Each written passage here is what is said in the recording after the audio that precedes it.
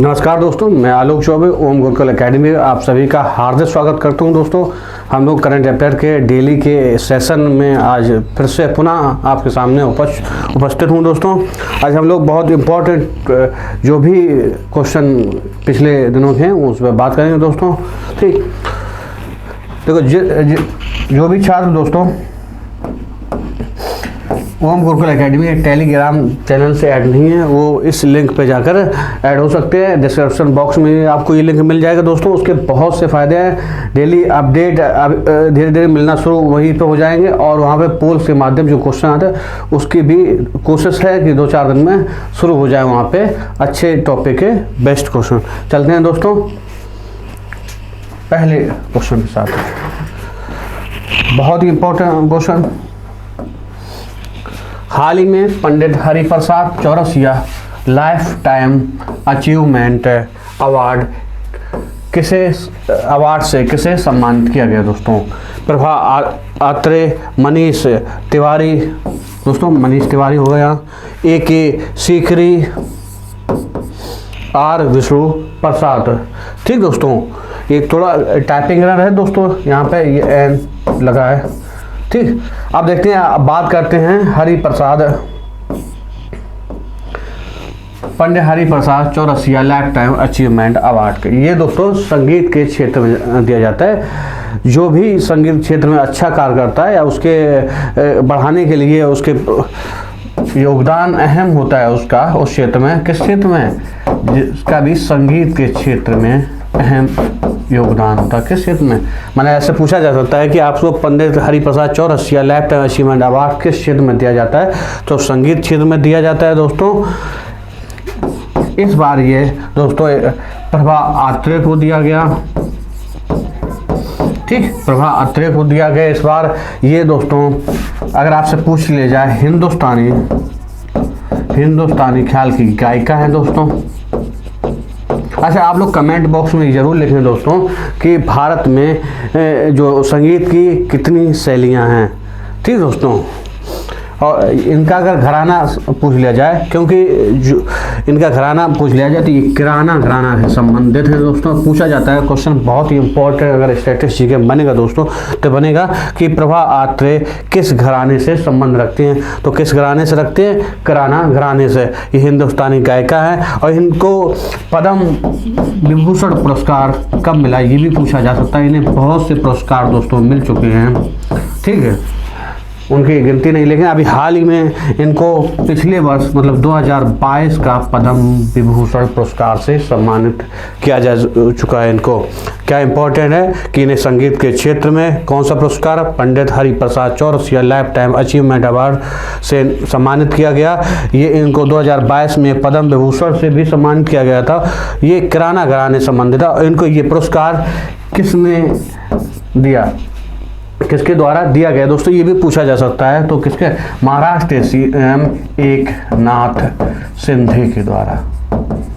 ठीक दोस्तों, महाराष्ट्र CM एकनाथ शिंदे के द्वारा इनको इस सम्मान दिया गया। ठीक, बात करते हैं आंसर क्या हो, ए प्रभा आत्रे। बहुत ही इंपॉर्टेंट क्वेश्चन है। बी ऑप्शन इसका दोस्तों देख लेते हैं हम लोग। बी ऑप्शन मनीष तिवारी को दोस्तों किसे, ये ब्रिटिश भारतीय मूल के को एक पुरस्कार से नवाजा गया। कौन से पुरस्कार से? Freedom of the city of London. ठीक है दोस्तों, किस सम्मान से इन्हें दोस्तों सम्मानित किया गया? इन्हें सम्मानित किया गया freedom of the city of London award. पूरा लिख लीजिए दोस्तों। ठीक है, किसको? मनीष तिवारी। ये ब्रिटिश और भारतीय मूल के व्यक्ति हैं। कौन सा पुरस्कार दिया गया? Freedom of the city of London award. ठीक दोस्तों, अब बात करते हैं A.K. सीकरी के। ये पूर्व न्यायाधीश हैं दोस्तों। कौन से? A.K. सीकरी। अभी हाल ही में मार्च 2023 में भोपाल मध्य प्रदेश में शूटिंग विश्व कप का आयोजन होना है। किसका? शूटिंग विश्व कप का आयोजन होना है। शूटिंग विश्व कप 2023 का आयोजन कब होना है? मार्च 2003 में होना है। दोस्तों आपसे पूछ लिया जाए कहाँ होना चाहिए, मध्य प्रदेश MP के भोपाल शहर में, ठीक। उसके शूटिंग विश्व कप के 2023 के ये प्रशासक नियुक्त किए गए हैं। कौन? AK सीकरी प्रशासक नियुक्त किए गए। आपसे यहाँ से कई क्वेश्चन बन सकते हैं। एक तो शूटिंग विश्व कप का आयोजन कहाँ हो रहा? भारत में हो रहा। कब हो रहा? मार्च 2023 में होगा। कौन से शहर में होगा? भोपाल मध्य प्रदेश में होगा। इसके प्रशासक एक भारतीय को नियुक्त किया गया है कि प्रशासक के तौर पर, ठीक दोस्तों, बहुत ही इंपॉर्टेंट आपके बन जाता है। अगर आप बात करते हैं डी ऑप्शन, R विष्णु प्रसाद। R विष्णु प्रसाद को दोस्तों विज्ञान के क्षेत्र में सबसे बड़ा पुरस्कार इंडियन अचीवर्स अवार्ड से सम्मानित किया गया है। किस क्षेत्र में? विज्ञान के क्षेत्र में। विज्ञान के ये सबसे बड़ा पुरस्कार है, ठीक है। कौन सा पुरस्कार दिया गया? Indian achievers award. और किसके द्वारा दिया गया? ये दिया गया अनुराग ठाकुर द्वारा। कहाँ पे? नई दिल्ली में ये अवार्ड दिया गया। देखने पहले क्वेश्चन हमने दोस्तों क्या देखा दोस्तों, देखो बात हुई Pandit Hariprasad Chaurasia life time achievement award के प्रभा आत्रेय को दिया गया। एकनाथ शिंदे CM महाराष्ट्र के द्वारा दिया गया। दोस्तों संगीत के क्षेत्र में दिया जाता है, हिंदुस्तानी गायिका हैं। 2022 में इनको पद्म विभूषण से सम्मानित किया गया दोस्तों हैं, और किराना घराने से इनका संबंध है। बी ऑप्शन में क्या देखा है? ये ब्रिटिश भारतीय मूल के व्यक्ति हैं। इनको भी freedom of the city of London award से नवाजा गया दोस्तों। AK सीकरी को शूटिंग विश्व कप 2023 के प्रशासक के तौर पर नियुक्त किया गया। R विष्णु प्रसाद को अनुराग ठाकुर द्वारा विज्ञान का सबसे प्रतिष्ठित पुरस्कार इंडियन अचीवर्स अवार्ड से सम्मानित किया गया। इसका आंसर क्या है? चलते हैं नेक्स्ट क्वेश्चन। देखो दोस्तों एक क्वेश्चन से हम यहाँ पे कई आपको फैक्ट करा दिए। वो सभी फैक्ट हैं जो आपके परीक्षा में काम आएंगे। एक भी फैक्ट इधर उधर से नहीं आता है दोस्तों, इसलिए आप वीडियो को लाइक कीजिए और शेयर जरूर किया करिए दोस्तों में, जिससे अगर आप मेरे इस रूम में हम लोग सहयोग करेंगे तो हम आपको और अच्छे से अच्छा कंटेंट देने की कोशिश करेंगे दोस्तों। बहुत इंपॉर्टेंट क्वेश्चन ये, BSF द्वारा एक विशेष अभ्यास ऑफ मालट किसके द्वारा आयोजित किया गया? दोस्तों इसमें एरर है दोस्तों, ये मालट नहीं है, ये होगा दोस्तों अलर्ट। करेक्शन कर लेना दोस्तों यहाँ पे। ऑफ अलर्ट किसके द्वारा जारी किया गया? ये होना चाहिए था क्वेश्चन, थोड़ा लैंग्वेज बदली हुई है दोस्तों, होना चाहिए कब किया गया? BSF द्वारा एक विशेष अभ्यास ऑफ अलर्ट कब से कब तक किया गया, ठीक है। ऑफ अलर्ट ये किया गया, ये किसके द्वारा किया गया? ये किया गया BSF के द्वारा, ठीक। किसके लिए, किसके द्वारा किया? BSF के द्वारा किया गया। और ये क्यों किया गया? भारत पाकिस्तान की जो सीमा पे है, गुजरात और राजस्थान में अभी गणतंत्र दिवस कल ही हम लोगों ने मनाया है दोस्तों हैं, उसके अवसर पर इस ऑफ अलर्ट अभ्यास का किया गया। कब से कब तक किया जा रहा है? ये किया जा रहा है 27 से 28 जनवरी, मैंने आज से शुरू हुआ। कब से कब तक? 27 से 28 जनवरी। कहाँ पे गया? पाकिस्तान की सीमा से जुड़े हुए राज्यों में। कहाँ पे? गुजरात और राजस्थान में। सरकरी के पास वाला जितना क्षेत्र है वहाँ पे इसका आयोजन भी किया गया, ठीक दोस्तों। किसके द्वारा किया गया? BSF के द्वारा। कब से कब तक किया है? 27 से 28 जनवरी। आंसर क्या हो जाए? A, ठीक दोस्तों। अब देखते हैं, बात करते हैं 4 से 14 फरवरी 2023 तक की बात है। तो दोस्तों सरस मेला 2023 का आयोजन किया गया। कब से कब तक किया गया? 4 से 14 फरवरी। कहाँ किया गया? जम्मू एंड कश्मीर में किया गया, पहली बार किया गया। कहाँ पे? जम्मू एंड कश्मीर में। और जम्मू ऑप्शन पूछे तो जम्मू एंड कश्मीर का जिला पूछ रहे तो जम्मू में किया गया। कहाँ किया गया? जम्मू में किया गया। सरस मेला 2023 कहाँ किया जाएगा? कब से कब किया जाएगा? तो 4 से 14 फरवरी 2023 तक किया जाएगा। जम्मू कश्मीर में पहली बार किया जाएगा दोस्तों, और जम्मू एंड कश्मीर के जम्मू जिला में, ठीक। बात करते हैं 23 से 24 जनवरी 2023 को दोस्तों भारतीय निर्वाचन आयोग द्वारा अब हाल में 2 दिवसीय कार्यक्रम किया गया। कैसे 23 से 24 जनवरी तक कि चुनाव में प्रौद्योगिकी का कैसे यूज करें और चुनाव शुचिता पर विशेष जोर हो, उसके ऊपर एक कार्यक्रम किया गया। उसका कौन सा संस्करण है? दूसरा संस्करण किया गया। दूसरा संस्करण किया गया दोस्तों। कहाँ किया गया? ये किया गया नई दिल्ली में। नई दिल्ली में दोस्तों। अब बात करते हैं 27 से 31 जनवरी 2023। अभी पिछली करंट अफेयर के सेशन में हमने आपसे बात की थी कि SCO मतलब संघाई सहयोग संगठन फिल्म महोत्सव का आयोजन किया जा रहा है। कब? आज ही से शुरू हुआ है। कब से? 27 से 31 जनवरी तक। कहाँ? मुंबई, महाराष्ट्र में। जितने भी SCO देश हैं उनके आपस में जो सिनेमाई संस्कृति को है उसको बढ़ावा देने के लिए इस महोत्सव का आयोजन किया गया। कौन से? SCO फिल्म महोत्सव। SCO 2023 की अध्यक्षता भारत कर रहा है दोस्तों। ठीक दोस्तों, क्या क्या देखा? इसका आंसर क्या होगा? ए ऑप्शन हो गया। इसका आंसर क्या? A option. क्या क्या देखा हमने? ऑफ, यहाँ पे करेक्शन कर लेना, अलर्ट कर लेना। ठीक, क्या कहते हैं? 27-28 फरवरी 2023 का ऑफ अलर्ट BSF द्वारा पाकिस्तान की सीमा, भारत और पाकिस्तान सीमा पर राजस्थान और गुजरात में किया गया। किसके? गणतंत्र दिवस के मद्देनजर इसका आयोजन किया जा रहा है। 4 से 14 फरवरी 2023 का जम्मू एंड कश्मीर में पहली बार सरस मेला 2023 का आयोजन होगा। 23 से 24 जनवरी 2023 का भारतीय निर्वाचन आयोग द्वारा दोस्तों 2 दिवस की कार्यक्रम का आयोजन। और दूसरा कार्यक्रम होगा कहाँ पे? नई दिल्ली में, जिसमें प्रौद्योगिकी का प्रयोग और चुनाव शुचिता पर बात होगी दोस्तों। और 27 से 31 जनवरी 2023 का SCO फिल्म महोत्सव का आयोजन कहाँ? मुंबई, महाराष्ट्र में होगा। चलते हैं नेक्स्ट क्वेश्चन। हाल ही में हिमाचल प्रदेश में कब से कब तक देश का पहला हरित ऊर्जा राज्य बनाने का लक्ष्य रखा गया है? ए ऑप्शन 2025, 2023, 2024 और 2047। अगर बात करें हिमाचल प्रदेश में दोस्तों, इस क्वेश्चन के पहले हिमाचल प्रदेश अभी हाल में अपना स्थापना दिवस मनाया है। कौन सा स्थापना दिवस है? आपसे पूछा जा सकता है दोस्तों। तो देखो, हिमाचल प्रदेश की अगर बात करें, HP हिमाचल प्रदेश, इन्होंने अपना 53वां स्थापना दिवस कब मनाया? मनाया 25 जनवरी को। ठीक, हिमाचल प्रदेश को 18वां राज्य के तौर पर अस्तित्व में कब आया था? पूर्ण राज्य के अस्तित्व में 1971 ईस्वी में दोस्तों। आपसे पूछा, देखो जब स्थापना दिवस से चर्चा में है हिमाचल प्रदेश, तो कौन सा स्थापना दिवस है? 53वां स्थापना दिवस। कब? 25 जनवरी को।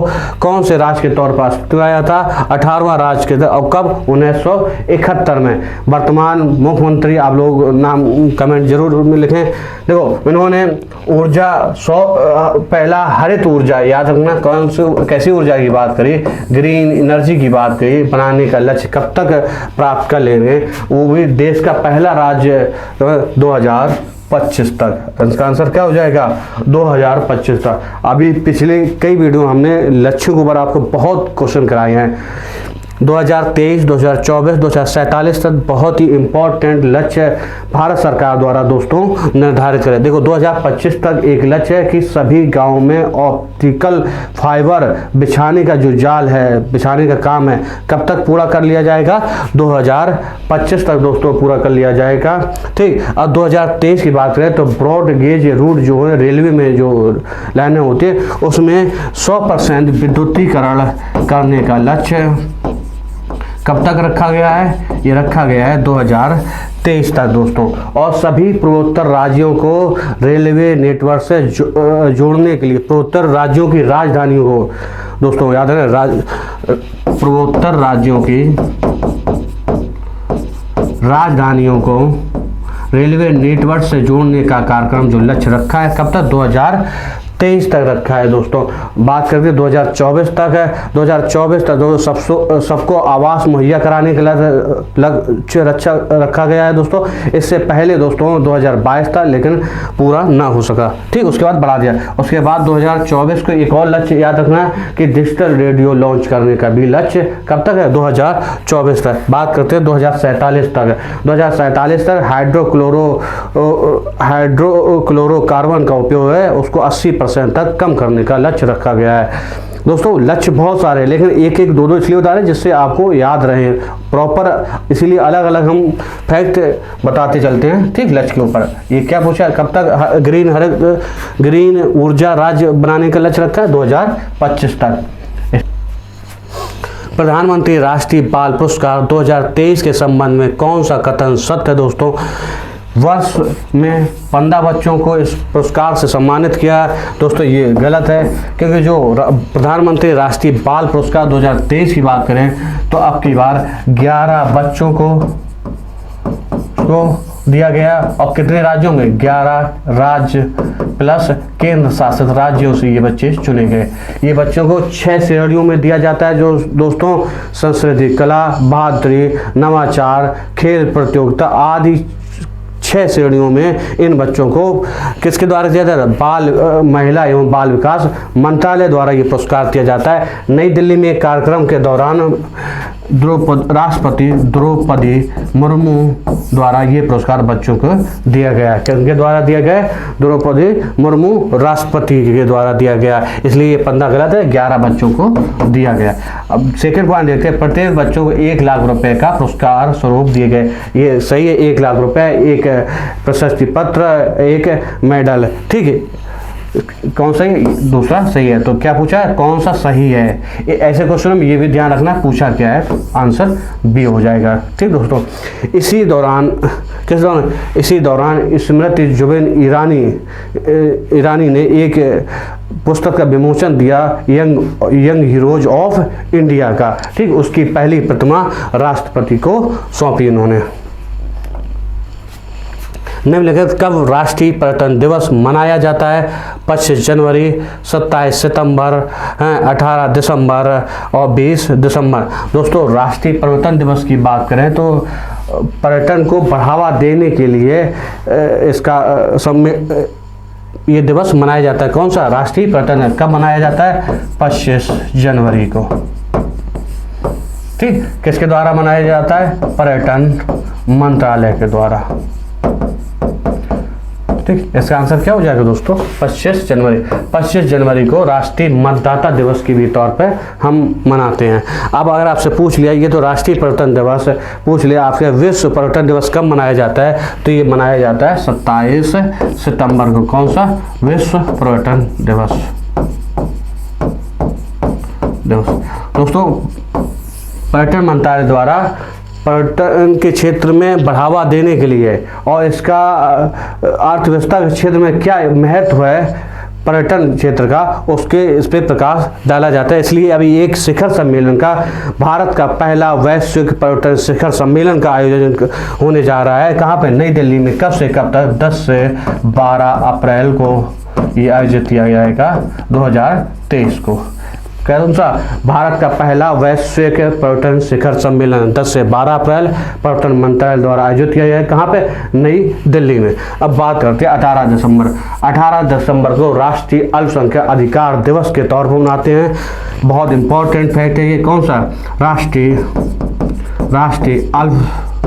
अल्पसंख्यक अधिकार दिवस के तौर पर। ठीक, अब बात करते हैं 20 दिसंबर। 20 दिसंबर को अंतर्राष्ट्रीय मानव एकता दिवस के तौर पर मनाते हैं दोस्तों।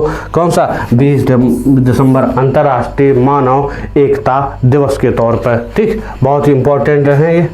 देखो दोस्तों, जितने भी दिवस हैं कन्फ्यूजन होते हैं, हम लोग मिसअंडरस्टैंड कर में गलत करें, इसलिए ध्यान से पढ़ा करिए और बार बार उन्हें नोट किया करिए। ठीक, चलते हैं नेक्स्ट क्वेश्चन। इसका आंसर ए हो जाएगा, 25 जनवरी। चलते हैं। देखो दोस्तों, बहुत इंपॉर्टेंट क्वेश्चन है ये भी दोस्तों। बात करते हैं, देखो पूछा गया, रक्षा मंत्री राजनाथ सिंह ने शीर्ष समिति की बैठक के दौरान आगामी एरो इंडिया 2023 की तैयारियों की समीक्षा की थीम क्या है? तो दोस्तों अभी हाल में रक्षा मंत्री जी ने इसकी एरो इंडिया जो बैठक होनी आगामी, इसकी तैयारियों को लेकर एक समीक्षा बैठक की, इसलिए चर्चा में है दोस्तों। ये देखो, इसका 14वां संस्करण का आयोजन होना है। कौन सा संस्करण? 14वां संस्करण। कब से कब तक? 13 से 17 फरवरी 2023 तक इसका आयोजन होगा। कब से कब तक? 13 से 17 फरवरी तक। कहाँ होगा इसका आयोजन? बेंगलुरु कर्नाटक में दोस्तों। देखो दोस्तों, अगर आपसे पूछा जाए एरो इंडिया शो की जो 2023 में कब से 13-17 फरवरी से 2023 तक होने वाला है, ये एशिया का सबसे बड़ा एरो इंडिया शो का आयोजन भारत करेगा। ठीक दोस्तों, अब इसके थीम की पूछिए।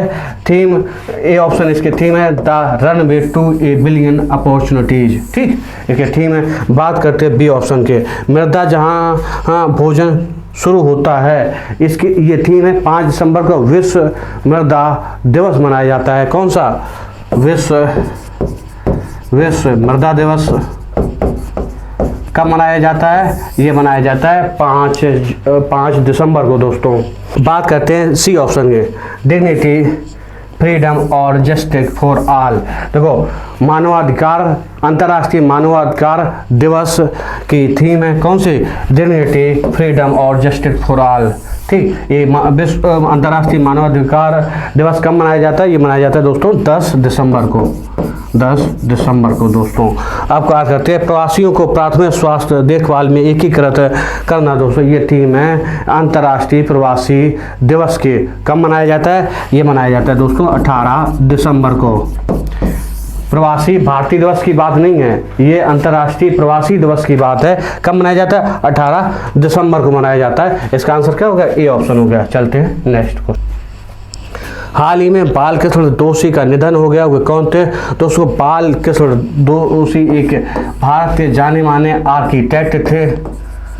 आर्किटेक्ट, ऐसे क्वेश्चन बनते हैं जो भी इम्पोर्टेंट पर्सन एक्सपायर होता है दोस्तों, उनके ऊपर ऐसा क्वेश्चन बनता है वो किस क्षेत्र से संबंधित है, उन्हें कौन सा पुरस्कार अभी हाल है। इनके बारे में तो एक अभी हाल ही में पद्म विभूषण 2013 का घोषणा भारत सरकार द्वारा की गई है दोस्तों। उसमें इनको पद्म विभूषण से सम्मानित किया गया है। किससे? पद्म विभूषण 2023 से मरणोपरांत को सम्मानित किया गया। अभी हाल ही में एक एक्सपायर हुए हैं। ये एक भारत के प्रसिद्ध आर्किटेक्ट हैं। ठीक दोस्तों, बात करते हैं सी ऑप्शन, सामाजिक कार्यकर्ता। अभी हाल ही में सामाजिक कार्यकर्ता पी.ए. मल्लेश्वरी का भी निधन हो गया। ठीक दोस्तों, इसका आंसर क्या है? आर्किटेक्ट दोस्तों। हाल ही में उत्तर भारत की सबसे बड़ी तैरती हुई सौर परियोजना का उद्घाटन कहाँ किया गया? चंडीगढ़, लद्दाख, तेलंगाना या मध्य प्रदेश में दोस्तों। अभी हाल ही में दोस्तों तैरती हुई सौर ऊर्जा परियोजना का उद्घाटन चंडीगढ़ में किया गया। कहाँ किया गया? चंडीगढ़ में किया गया। चंडीगढ़ के प्रशासक और पंजाब के राज्यपाल कहाँ गए? देखो, चंडीगढ़ का प्रशासक और पंजाब के राज्यपाल इसमें एक ही है, बनवारी लाल पुरोहित ने इसका उद्घाटन किया। कहाँ पे? चंडीगढ़ में। बनवारी लाल पुरोहित ये चंडीगढ़ के प्रशासक हैं और पंजाब के राज्यपाल। इन्होंने चंडीगढ़ में उत्तर भारत, बात कहाँ की लिखा है? उत्तर भारत की सबसे बड़ी तैरती हुई परियोजना का उद्घाटन कहाँ किया? चंडीगढ़ में किया दोस्तों। देखते हैं इसमें, देखो चंडीगढ़ क्या होता है। अभी हाल में चंडीगढ़ के प्रशासक ने बनवारी लाल पुरोहित ने इसे कहाँ पे? चंडीगढ़ में लॉन्च किया। बात करते हैं तेलंगाना। अभी हाल ही में तेलंगाना में दोस्तों 100 मेगावाट के जो सोलर पार्क तैरता हुआ सोलर पार्क की स्थापना की। कहाँ पे? तेलंगाना में, जितने 100 मेगावाट की, याद देख ले, मेगावाट ठीक, सोलर पार्क का कैसा तैरता हुआ सोलर पार्क की कहाँ स्थापना की गई? आपसे पूछ लिया जाए कहाँ की है? तेलंगाना में की गई है। बात करें मध्य प्रदेश के नर्मदा नदी पर ओंकारेश्वर बांध है, वहाँ पे 600 मेगावाट बिजली उत्पादन का एक संयंत्र स्थापना की जा रही है। कहाँ पे? नर्मदा नदी के ओंकारेश्वर बांध में। ठीक, कहाँ पे? मध्य प्रदेश में। कितने मेगावाट का? 600 मेगावाट बिजली उत्पादन का एक संयंत्र स्थापना की जा रही है। कहाँ पे? मध्य प्रदेश में। इसका आंसर क्या होगा? चंडीगढ़। चलते हैं नेक्स्ट क्वेश्चन पे दोस्तों। हाल ही में वार्षिक ऑरेंज फेस्टिवल 2023 कहाँ मनाया गया दोस्तों? नागालैंड में, उड़ीसा में, मध्य प्रदेश में दोस्तों। कहाँ? ये देखो, अगर बात करें किसकी? ऑरेंज फेस्टिवल की, तो दोस्तों 23 से 24 जनवरी तक, कब से कब तक, 23 से 24 जनवरी तक ये नागालैंड कोहिमा में मनाया गया। कहाँ मनाया गया? नागालैंड के कोहिमा में। कौन सा? Orange festival. आप समझ सकते हैं कि ऑरेंज इनसे जुड़े हुए जितनी भी चीज़ों के उससे जितने भी मैन्युफैक्चर होता है वहाँ पर, वो सभी को प्रोत्साहित करने के लिए ये कौन, अगर आपसे संस्करण पूछ लिया जाए तो इसका तीसरा संस्करण मनाया, किसका? ऑरेंज फेस्टिवल का ये तीसरा संस्करण आयोजित किया जा रहा है। कब से कब तक? 23 से 24 जनवरी नागालैंड कोहिमा में। इसका आंसर क्या हो गया? नागालैंड। अभी हाल ही बात करें उड़ीसा की दोस्तों, तो उड़ीसा में अभी हाल ही में उड़ीसा सीएम नवीन पटनायक द्वारा अंतर्राष्ट्रीय शिल्प शिखर मेला का आयोजन किया जा रहा है। किसका? अंतर्राष्ट्रीय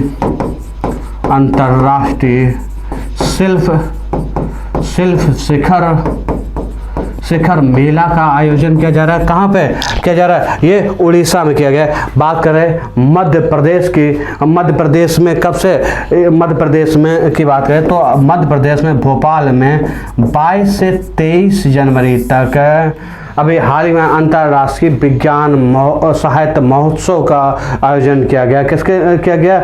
विज्ञान साहित्य महोत्सव का। और किसके द्वारा किया गया? ये 8वां अंतर्राष्ट्रीय विज्ञान महोत्सव का एक हिस्से के तौर पे इसको कहाँ पे? मध्य प्रदेश के भोपाल शहर में। ठीक, इनमें से कोई नहीं। ठीक, बात करें क्या आंसर हो गया? नागालैंड के कोहिमा। कब से कब तक? 23 से 24 जनवरी। चलते हैं। हाल ही में भारत द्वारा आयोजित एम्फैक्स 2023 का आयोजन कहाँ किया गया दोस्तों? आंध्र प्रदेश, राजस्थान, कर्नाटक और हिमाचल प्रदेश। दोस्तों एम्फैक्स 2023 ये दोस्तों तीनों वायुसेनाओं का एक संयुक्त युद्धाभ्यास है, जिसमें जो युद्ध से जुड़ी हुई राष्ट्रीय आपदाएं हैं, जो तटीय सुरक्षा होती है, भारत की बहुत लंबी सीमाएं हैं जो समुद्र से लगी हुई है, जो तटीय सीमा की सुरक्षा है उसकी जो तैयारी है भारतीय सेनाओं के, उसके मद्देनजर इसके एक अभ्यास हुआ। किसका? एम्फैक्स 2023 का दोस्तों। किसका? देखो एम्फैक्स 2023 की बात करें दोस्तों, क्या क्या बात की हमने आपके अभी इसका कितने 6 दिवसीय का 17 से 22 जनवरी तक इसका आयोजन हुआ। कब से कब तक? 6 दिवसीय ये युद्धाभ्यास था। तीनों सेनाओं द्वारा, वायुसेना, थल सेना और नौसेना द्वारा, राष्ट्रीय आपदाओं से जुड़ा हुआ या जो तटीय सुरक्षा के ऊपर आगे की कैसी तैयारियां हैं भारतीय सेनाओं की, उसके मद्देनजर इसका कहाँ पे ये हुआ? आंध्र प्रदेश में। ठीक, कब से कब तक हुआ? 17 से 22 जनवरी, 6 दिवसीय। ठीक, और थल सेना, वायुसेना और नौसेना का एक संयुक्त, और ये 2 वर्ष में एक बार होता है, द्विवार्षिक। ये द्विवार्षिक इसका प्रकृति है दोस्तों। बात करते हैं राजस्थान के जैसलमेर में अभी हाल में 14 दिवसीय 14 जनवरी से लेकर भारत और मिस्र के बीच एक युद्धाभ्यास शुरू हुआ है। उसका नाम क्या है? SLINEX first. बात करते हैं कर्नाटक के दोस्तों बेलगाम में। कहाँ? कर्नाटक के बेलगाम में धर्म गार्जियन नाम से एक युद्धाभ्यास हुआ। कहाँ पे? कर्नाटक के बेलगाम में। किसके साथ? जापान के साथ दोस्तों। अब बात करें हिमाचल प्रदेश में अमेरिका के साथ एक वज्र प्रभा नाम से युद्धाभ्यास हुआ। किसके साथ? अमेरिका के साथ। कहाँ पे? हिमाचल प्रदेश में। इसका आंसर क्या है? आंध्र प्रदेश। ठीक है दोस्तों। किसे वर्ष 2022 में देश का नंबर 1 पुलिस थाने का पुरस्कार प्रदान किया गया? तो दोस्तों अभी हाल में भारतीय विज्ञान कृषि जो संस्थान है, कहाँ पे? नई दिल्ली में। वहाँ पे आयोजित एक कार्यक्रम के दौरान कौन? DGSP और IGSP का जो एक सम्मेलन है, उसमें गृह मंत्री अमित शाह द्वारा ये पुरस्कार दिए गए दोस्तों। ये गृह मंत्रालय द्वारा वार्षिक रैंकिंग दी जाती है, जो भी थाना सर्वश्रेष्ठ होता है। इस बार उड़ीसा राज्य के गंजाम जिला के अस्का थाना को सर्वश्रेष्ठ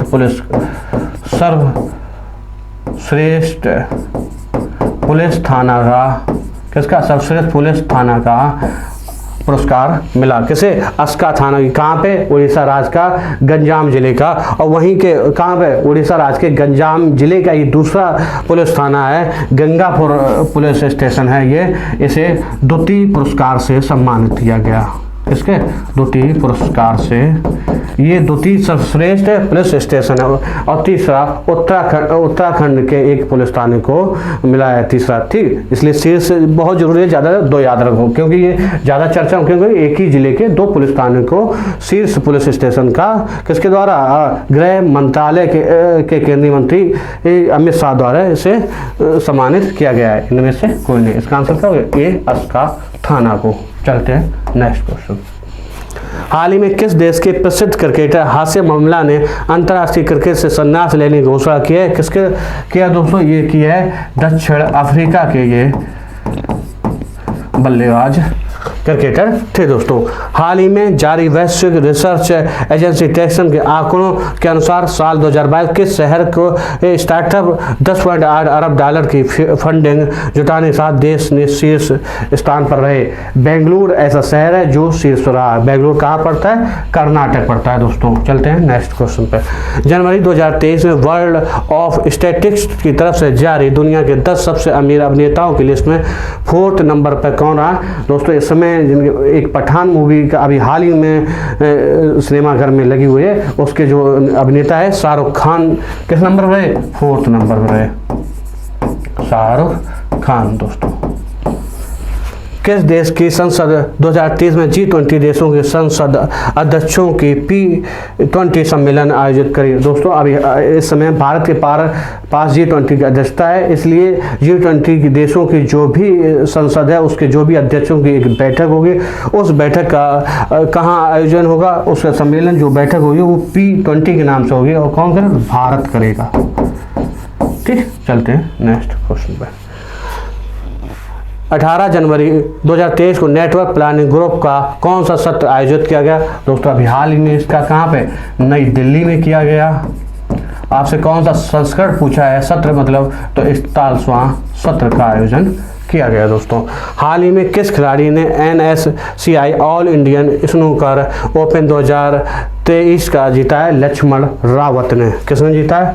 लक्ष्मण रावत ने। कोचीन अंतर्राष्ट्रीय हवाई अड्डा निजी जेट जर्मन संचालित करने वाला देश का हवाई अड्डा बन गया। कौन से क्रम का बन गया? 4था हवाई अड्डा ऐसा बन गया जिस हवाई अड्डे में निजी जेट टर्मिनल का संचालित होता है। कौन सा देश ऐसा करने वाला 4था हवाई अड्डा बन गया दोस्तों। हमने यहाँ तक करंट के जितने भी अच्छे क्वेश्चन बन सकते हैं आपसे बात की है। आप देखते रहिए। ओम गुरुकुल को वीडियो को शेयर और लाइक हम लोग इतनी मेहनत करके आपसे बात करते हैं तो कर दिया करिए दोस्तों। ठीक है, धन्यवाद दोस्तों।